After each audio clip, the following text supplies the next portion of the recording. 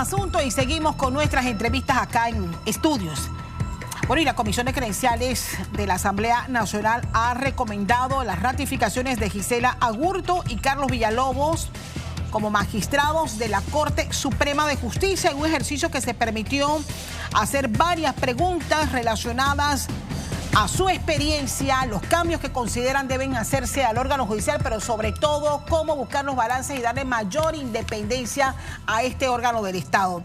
Augusto Palacios, diputado y miembro de esta comisión, nos acompaña esta mañana para hacer un balance de este ejercicio y según su valoración, bueno, ¿cómo están estas dos figuras que llegarían entonces a la Corte si la Asamblea, el Pleno de la Asamblea sí lo ratifica? Yo creo que es importante mencionar que ayer tuvimos el tiempo necesario para hacer las preguntas correspondientes. Se hizo la investigación por cada uno de los diputados, puedo hablar por mí, por mi compañera Yamirel Lichón de la bancada independiente, y mostraron bastante capacidad.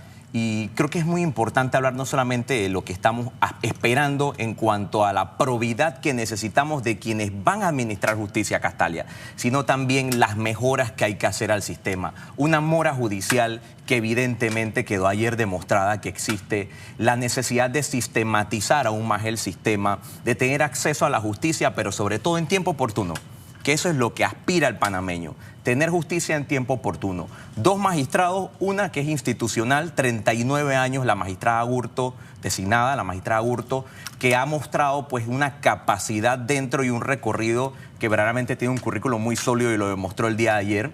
Y también el magistrado Villalobos, designado de igual manera, al cual no conocíamos como tal su experiencia dentro del sistema, también tiene 10 años dentro del mismo, fue institucional en aquel momento, pero como abogado litigante pudo demostrar, quiero decir, bastantes conocimientos con el interrogatorio que el día de ayer tuvimos la oportunidad de llevar adelante. Así que creo que cumplieron con esta primera fase, vamos a decir, para pasar al Pleno de la Asamblea Nacional y esperar pues su ratificación.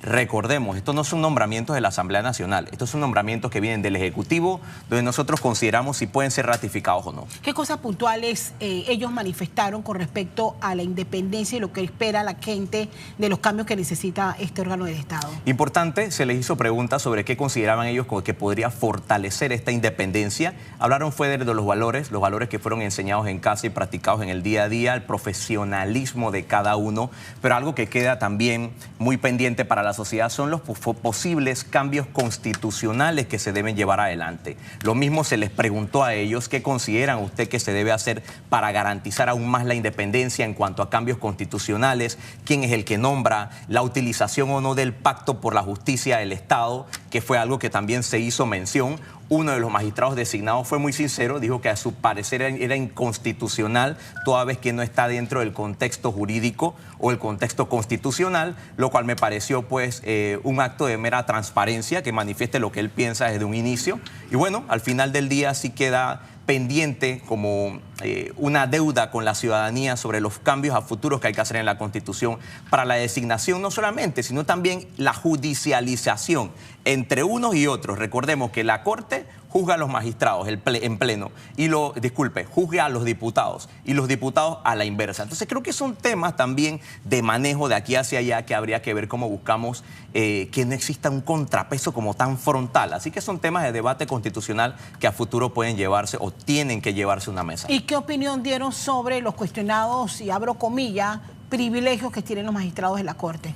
Importante. Uno de estos manifestó que estaba de acuerdo con los $14.000 de aumento que se habían dado, toda vez por el tecnicismo y la importancia de un cargo tan importante como es administrar justicia a nivel nacional y presidir estas salas importantes de la Corte Suprema de Justicia. Nosotros, nuestra postura fue que los tiempos se tienen que respetar y que si bien es cierto, no dudamos ni menospreciamos el trabajo que tienen que llevar adelante, pero que no es el momento. Hay que tener más empatía con las finanzas públicas y es nuestro parecer, lo manifestamos. Diputados argumentaron que incluso tendrían que tener aspiraciones salariales por encima de esto, ¿por qué no hasta $25.000? Lo cual nosotros discrepamos sin menospreciar, repito, la labor que llevan adelante los magistrados de la Corte Suprema de Justicia. Pero hay temas que mejorar, Castalia, hay temas que mejorar en cuanto a la efectividad de este órgano tan importante del Estado. Uno de estos es la mora judicial, que se encuentra bastante compleja en medio de la situación que hay, de las herramientas que se necesitan, por ejemplo, para poder agilizar los casos. Ayer entrevistamos al magistrado presidente del Tribunal de Cuentas sobre esta controversia que se ha generado por los poderes que se le habrían otorgado al Contralor en un esfuerzo por tratar de proteger los dineros que se hayan robado en supuestos casos de corrupción, por ejemplo. Sí, parece importante que esto hay que mencionarlo, y la Constitución política existe la Contraloría, que ha sido designada como un perito del Estado para determinar si hay o no comisión o omisión que puedan impactar el patrimonio del Estado. Pero pareciera que hay una incompatibilidad con las funciones que se le están dando entonces al Contralor, o con esas facultades que se le dan al Contralor de poder dictar medidas precautorias. Toca entonces accionar constitucionalmente, que la Corte precisamente tiene que determinar en pleno si estas medidas son necesarias o carecen de constitucionalidad o portan vicios como tal, ¿no? Bien, luego de esta comparecencia ante la Comisión, ¿pasan ya hoy al Pleno de la Asamblea? Sí, correcto, han sido recomendados al Pleno de la Asamblea y toca hoy entonces a los 71 diputados determinar si se ratifican o no estos dos magistrados. Recordemos que uno va para la sala primera, es decir, la sala civil de la Corte Suprema de Justicia, y el otro va para la otra va para la sala tercera de lo contencioso administrativo. Así que hoy tenemos esa tarea en la Asamblea Nacional. Aprovecho el resto de los minutos porque sabemos que usted está procurando que se retome en la Asamblea Nacional un proyecto de ley que ya en el pasado ha tenido algunos intentos con fracaso, y es el evitar que empresas condenadas por corrupción tengan contratos con el Estado panameño. Un esfuerzo que todos aplaudimos en su momento, pero que tristemente en la Asamblea no se aprobó. ¿En qué etapa se encuentra este nuevo intento? Vamos para primer debate. El día de mañana estamos en primer debate en el auditorio Titi Alvarado de la Asamblea Nacional, cuarto piso, 1:15 de la tarde, Comisión de Economía y Finanzas. Hemos sido citados.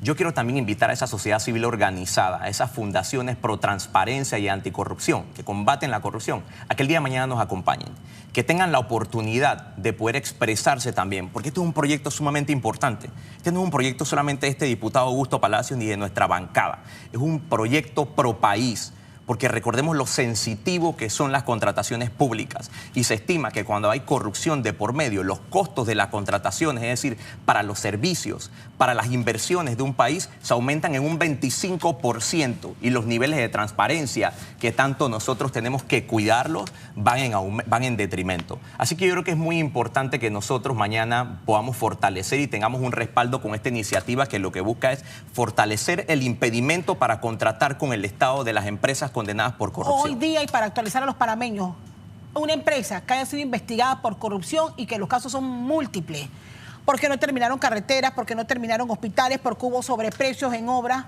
hoy ya pueden seguir siendo contratadas. Sí, son inhabilitadas por 5 años y son condenadas. Pero si llega a un acuerdo eficaz, como lo dice la norma, solo 3 años. Recordemos, no, permíteme corregir, fe de ratas, 3 años. Sí, llega a un acuerdo, pero si es eficaz como tal, 0. O sea, ni siquiera son inhabilitadas por un día, siguen contratando. Si un representante de una empresa confiesa a una autoridad judicial que sí hubo sobreprecio y que sí te robé a través de todas las estructuras que hemos visto en los últimos años, y yo colaboro, sí, y yo te devolví plata, perdóname, pero discúlpame, pero te devuelvo lo que te robé, en 3 años yo puedo seguir contratando con el Estado. En 3 años, pero si es eficaz, escuche bien esto, Castalia, si es eficaz, 0. Usted puede seguir contratando el día de mañana, y eso es lo que precisamente estamos nosotros tratando de eliminar. ¿Qué mensaje le estamos dando a la sociedad y qué mensaje le damos a esos empresarios honestos que participan en licitaciones públicas y no tienen la oportunidad porque se la gana lo mismo de siempre? ¿Y qué ambiente hay en la Asamblea cuando sabemos que ya en el pasado, cuántos intentos ya van con esta ley en la Asamblea? Tenemos un intento. Este fue uno de los primeros proyectos que llevamos el año pasado, fue prohijado por la Comisión, en este caso igual, de Economía y Finanzas, y cuando fuimos al primer debate, los compañeros, a pesar de que consideraron que el espíritu era muy bueno, que el espíritu era muy noble, votaron en contra. Tuvimos 5 votos en contra y 4 a favor. Nosotros hemos sido muy cuidadosos, y yo quiero que la ciudadanía sepa esto, hemos sido muy cuidadosos con este proyecto de ley. Castalia, hemos hecho las consultas necesarias, hemos admitido recomendaciones, nos hemos reunido con Ministerio Público, Procurador General de la Nación, con fiscales, exfiscales anticorrupción, sociedad civil organizada. ¿Y qué argumentaron en su momento quienes se opusieron a...? Que no podía haber una doble instancia, y que si ya usted era condenado en materia penal, ¿por qué tenía que ser condenado prácticamente en una esfera administrativa argumento del cual discrepamos en el momento y dijimos, no, es que estas son las reglas para contratar con el Estado. ¿Y se aplican en otros países? En todos los países, Castalia. Y yo como Estado tengo ese derecho de decir quién quiero que entre a mi casa a contratar. Usted es bueno, usted entra. Usted es malo, no entra. Simple y sencillamente subamos la vara de la transparencia y démosle probidad y buena fe, una pizca que está necesitando ahorita mismo el ciudadano, de que las cosas están cambiando y que hay un ambiente mejor político dentro de todo este escenario. ¿Nos reitera el inicio de este debate? 1:15 de la tarde estamos citados el día de mañana, Auditorio Titi Alvarado, 4º piso, Asamblea Nacional, cordialmente invitados todo aquel que quiera venir a participar en este proyecto y también aportar, es importante. Bueno, es bueno el intento, vamos a estar pendientes y le deseo la mejor de la suerte en este nuevo intento. Creo que el país se lo merece también.